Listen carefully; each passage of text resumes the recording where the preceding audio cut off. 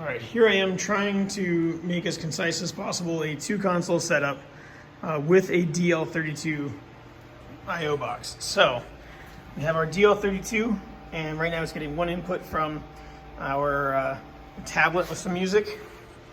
That DL32 AES50 A is going into AES50 A on the monitor console. So this console would live at stage left for us. And then the purple cable coming out of AES50B on the monitor console is actually headed over to AES50 A on the front of house console. So for this example, left is monitor, right is the front of house. Both consoles are taking their inputs from AES50 A 1 through 32. So whatever's plugged into the 32 inputs of the DL32 is going to come to both consoles because they're both using the AES-A port. Now the fun part is on this monitor console, AES50B is sending out on this output block AES50A 1 through 32, and actually beyond, but AES 1 through 32. So literally whatever plugs into the head amp control of this monitor board for these channels will then be sent down that AES50 to the inputs of this console.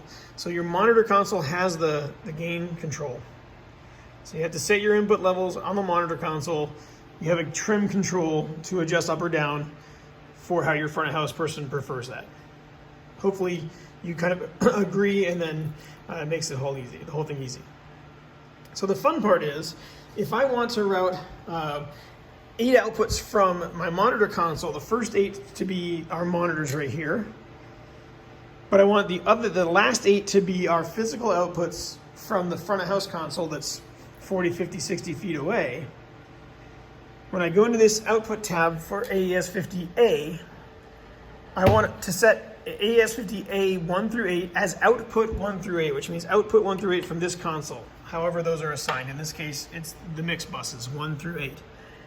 I want to take AES50A 9 through 16, and in this case, the way that I have it set up, they're coming from AES50B 41 through 48. This will make sense in just a second, because our output from AES50B is going to the front of house console, and that's a bidirectional connection. So our output tab, there's 1 through 8 is output 1 through 8, and 9 through 16 is AES50B 41 through 48. On the front of house console, when I go to my AES-A outputs, because again, I'm only plugged into the A port on this console, I've assigned 41 through 48 outputs to be output 1 through 8, which is however output 1 through 8 is configured on this console. So in this case, for us, that would be our most of our matrix mixes, 1, 2, 3, and 4. And then we have a blank one, and then we have our sub out and our left and right outs. So we're using 7 of the 8.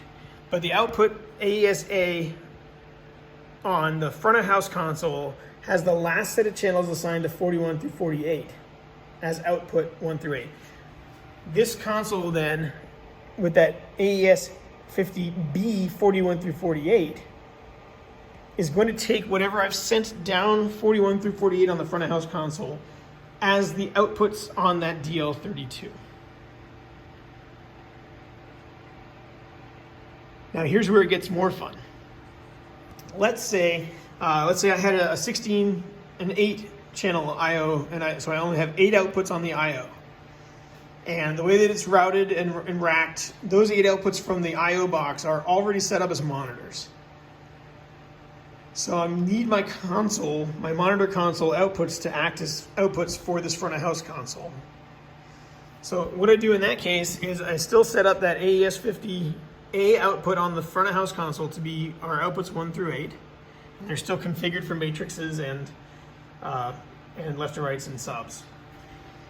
When I come into the monitor console, I'm actually going to go all the way over to the XLR tab, and I'm going to set that XLR tab, which is the 8 physical connections on the back of this console, to take AES50 B 41 through 44 and 45 through 48.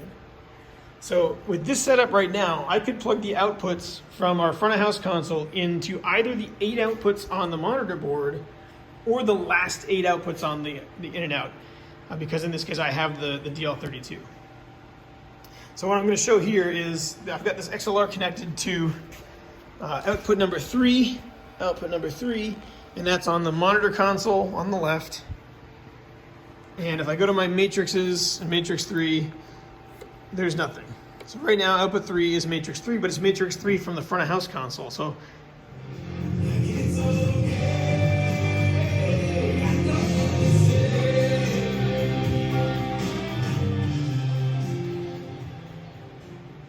the physical connection is happening on the monitor console, output number 3.